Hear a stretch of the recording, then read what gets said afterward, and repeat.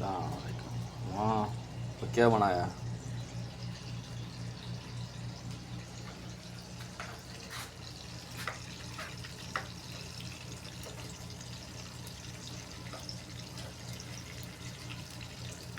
क्या तरकारी?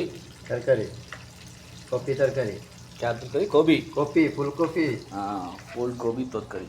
ஐயா மீனை முன்னாடி வறுத்துக்கிட்டு फुल कॉफी அப்புறம் அதுக்கப்புறம் மல்லித்தலை, இஞ்சி பூண்டு, பச்சை மிளகா, வெங்காயம், கோபி, காலிஃப்ளவர், கிழங்கு,